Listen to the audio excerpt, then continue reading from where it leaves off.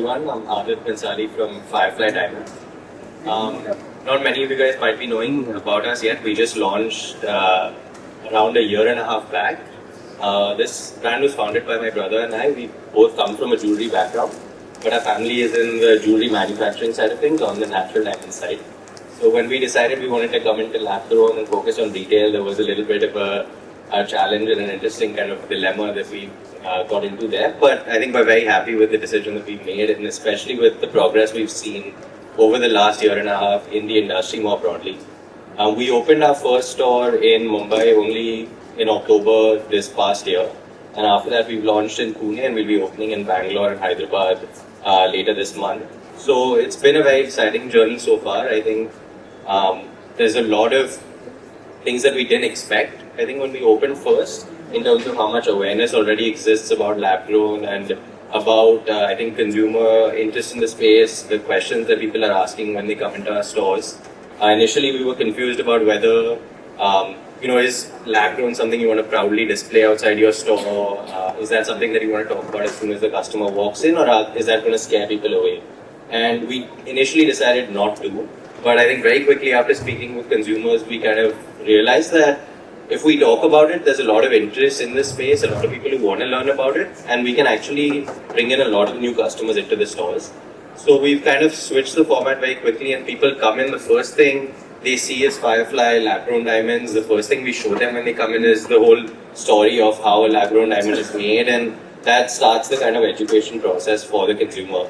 So I think we'll talk more about the other marketing strategies later in the panel. But I think one of the most important things we've learned is that I think India as a market is definitely very excited about the potential here. And I think if, all of us who are on the panel today and all the other retailers in this space right now, there's a lot of us. But if we do the job correctly of educating the consumer, they walk in the store and then they should leave the store with at least a positive impression of what lab-grown diamonds are, and at least have that confidence that the piece is exactly the same. I think then the whole conversation kind of shifts entirely. Like, you don't need to close the sale by offering some huge discounts or something on the first visit when the customer walks in.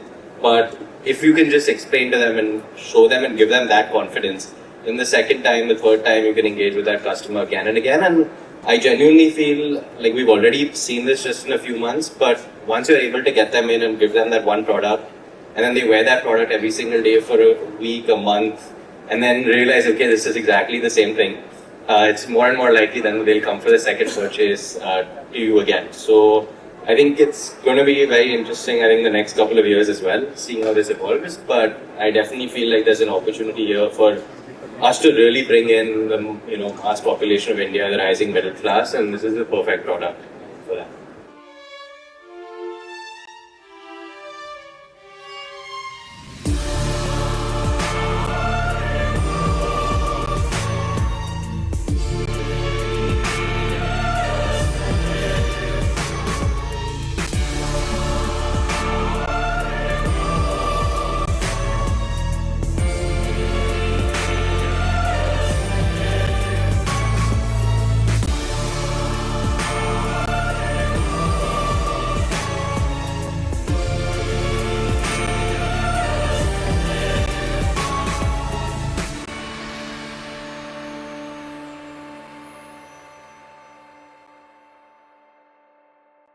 You can kind of see it from the video of our photo shoot as well, but the area we're focusing on is slightly more on kind of the premium end of the lab-grown space.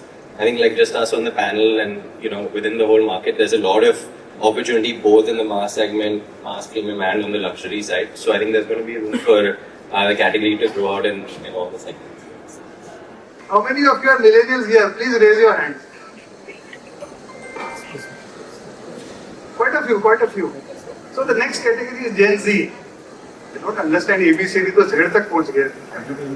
So the thing is, the Gen Z and millennials, they have some common characteristics, but there is one distinguishing factor, very predominant one. So before I tell what it is, how many of you own iPhone here? Please raise your hand. How many iPhone? Okay. So actually, the iPhone is the differential. I'll tell you why. iPhone was launched in the year 2007. So the eldest Gen Z was 10, 11 years. So he was introduced to the iPhone in formative stage. So they are called digital natives. Now, what differentiates them from the millennials is the fact that millennials also witnessed the launch of iPhone when they were in their 20s. So there was a learning curve involved for millennials. First, they got used to desktop, laptops, dial-up modem, feature phone, and then finally iPhone. What happened that the millennials, to take it because they also have purchasing power, but Gen Z got the world in their hands immediately, and they are much faster. They are, as I said, digital native. They are very fast in terms of technology. They adapt to various technologies very fast. So I was saying, iPhone did many things to many people. It rendered a lot of products obsolete. You don't need a diary, you don't need a pen, you don't need a television, you don't need a book. One interesting thing, what iPhone did was, it made the mirror obsolete. Ladies don't need to carry a mirror in their purse. Cell phone can do, smartphone can do. There is a generation gap. I was always overawed by my father. You know, I had father issues. 40 years later, I have daughter issues. They know more than me. They earn more than me. I admire them, I love them. But see, ultimately, every family you see in Bollywood movies is a dysfunctional family. Every Indian family is dysfunctional. So what they watch, my goodness. Why I'm saying this? Because whatever characteristics, behaviors are there, the marketers have to take into consideration if you want to talk to them. Yeah, I think two things. I think the first is, like you mentioned, I think people's desire for diamonds is definitely not going to go anywhere. I think the other thing that also I think should continue to stay constant is, I think people's preference for brands in general. I think that's been a big rising kind of trend across the world and definitely in India as well, across categories. Like brands are becoming more important. People are preferring to go to them because there's trust or there's quality or there's some kind of marketing that they've done that has some story. And I think in jewelry, it's a slightly different place because your logo is rarely on the piece of jewelry, so the person can't like show it off as much. But I still think it plays an important role in the choice that the person is making, because there's a reason people buy from Tanishq. It's because of the brand name, that they have the trust factor that exists over there. So I think as we at Firefly are also thinking about the future, 5 years, 10 years, 15 years, the brand that you have to create has to be something that will continue to endure. Otherwise, a lot of people are going to come into this space, things are definitely going to change, prices, designs, all of that stuff will change over the next 5, 10 years, preferences also. But if you're able to build something that endures, then I think people will still continue to prefer that brand for some reason, and that will be what makes you successful in the long run. I think one more thing I would add is, I think we try the same thing, that we try not to sell it as an investment, and as much as possible, that is what we should tell, because that is what the reality is. But I think a lot of consumers still come in and still are looking at the jewelry, us thinking about the value of the gold in that, are thinking about, okay, how much is gold, how much is diamond, right? So the question still comes up, and it's a tricky one to answer.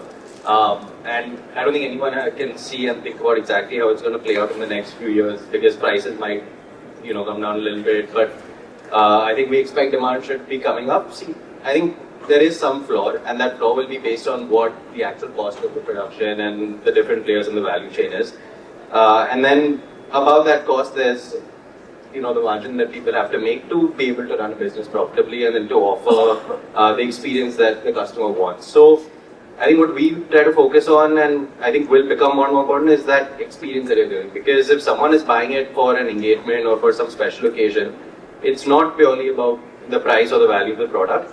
It's the price and the investment piece plus that special emotional aspect.